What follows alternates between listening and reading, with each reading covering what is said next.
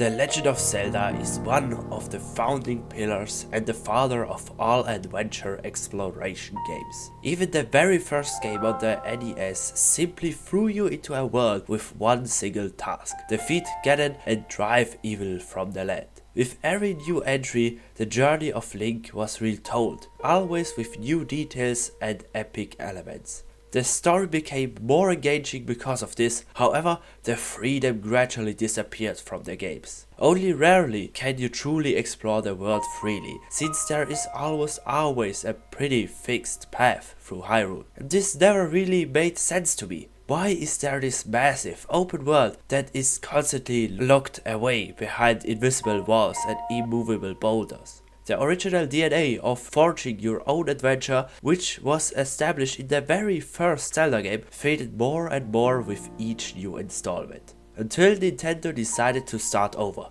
a reset back to the beginning of the series, and modern first The Legend of Zelda, under the name Breath of the Wild.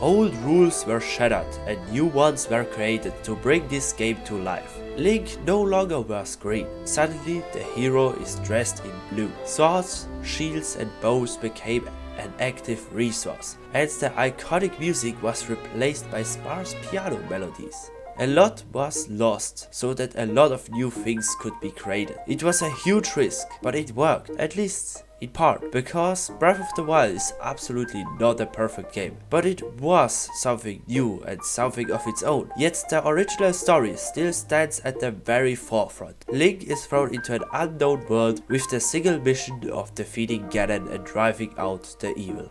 The game begins with one of the most iconic moments in all of Nintendo's history. Link leaves the Shrine of Resurrection and the small cave behind to find the vast kingdom of Hyrule stretching out before him, waiting to be explored. At first, however, you find yourself on a great plateau, which you cannot simply leave right away. But this is absolutely not a negative point, because the plateau is one of my favorite locations in all of video games. All of those magical moments, the first weapon, the first mushroom, every item you find genuinely feels important. The entire plateau is like a small ecosystem with thousands of interesting things and set pieces packed tightly together. Every corner of the plateau was carefully designed and crafted so that the player has a great time while learning all the elements of this game step by step. Unfortunately, the magic does not last forever, because as soon as you leave the plateau, the world starts to feel emptier.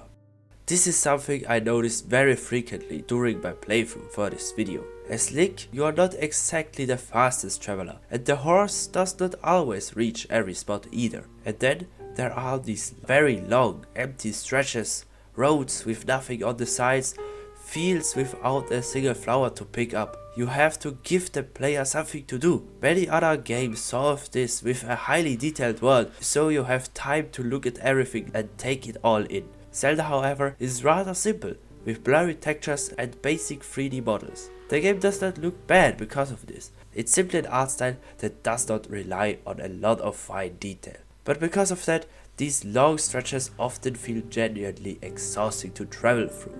I can still understand this point though, since you simply cannot fill out an entire massive world, especially on the hardware of the Nintendo Switch. The game was something completely new and its own thing, which is exactly why it's not perfect. There is a very good video out there that critiques and reflects on the game for over 4 hours. The video itself leans more towards the negative side, or rather it focuses mainly on the game's weaknesses.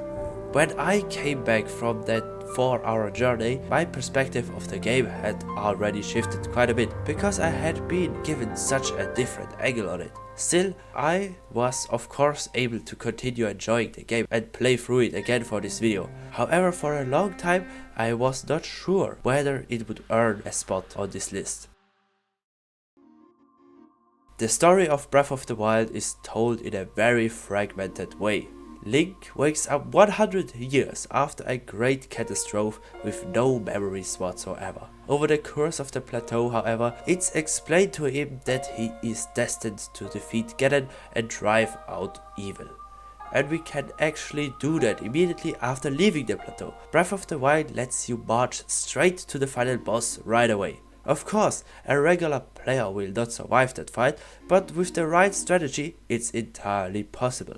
This means that you can technically experience the entire story in something like 20 minutes. And this in turn means that nothing truly world-shaking happens over the course of the game. Sure, you activate the various divine beasts. That is probably one part of the game that you are clearly meant to complete. These are in a sense the major story missions you will encounter, and the titans themselves are meant to function as something like dungeons. But however, they don't really have much in common with a classic Zelda dungeon. That is not even really a problem for me personally, since I was never a big fan of puzzle dungeons to begin with. What bothers me more is the visual design, since the titans look genuinely ugly on the inside. Still, the missions that lead up to them are interesting and varied, which unfortunately cannot be said about the other side quests. Since nothing of real substance happens in the main story, the game tries to compensate by showing you the past through memories. This is actually a really interesting concept, but in the end, it's just video files being played back. Interactive segments here would have been incredibly compelling. Another point, unfortunately, I have to unload with a somewhat critical note is the soundtrack, which is sadly not really much of a soundtrack at all. Practically every Zelda game is built around very iconic pieces that play in specific locations, and because of that you associate the music with a place. In Breath of the Wild, however, the soundtrack was mostly reduced to a few piano notes, or just kept very calm and simple in general. I understand why this was done, since you are always out in the open world, a constantly loud and epic adventure soundtrack could get in the way after a while. But what I would suggest here is that in guaranteed action segments, for example when riding a horse, you get a proper epic soundtrack that dynamically adjusts to the speed of the horse. Beyond that, the battle music could also use a little more work, since fights do not always last very long and the opening of the battle tracks feels really flat and lifeless. The soundtrack itself is not bad though. Tracks like Kokiri Forest and Hyrule Castle still sound absolutely fantastic. There are just far too few of them, so I end up listening to the 2017 trailer song on repeat again. Breath of the Wild is no longer a classic Zelda game, and it has plenty of problems. Weapons breaking after just a few hits is still a pretty strange mechanic, but it started a revolution that brought Zelda games at least a little closer to what the series originally was in the very first title. And honestly, I was never a huge fan of the classic Zelda formula to begin with. That is why I can still say with a clear conscience that Breath of the Wild absolutely deserves its spot at number 14.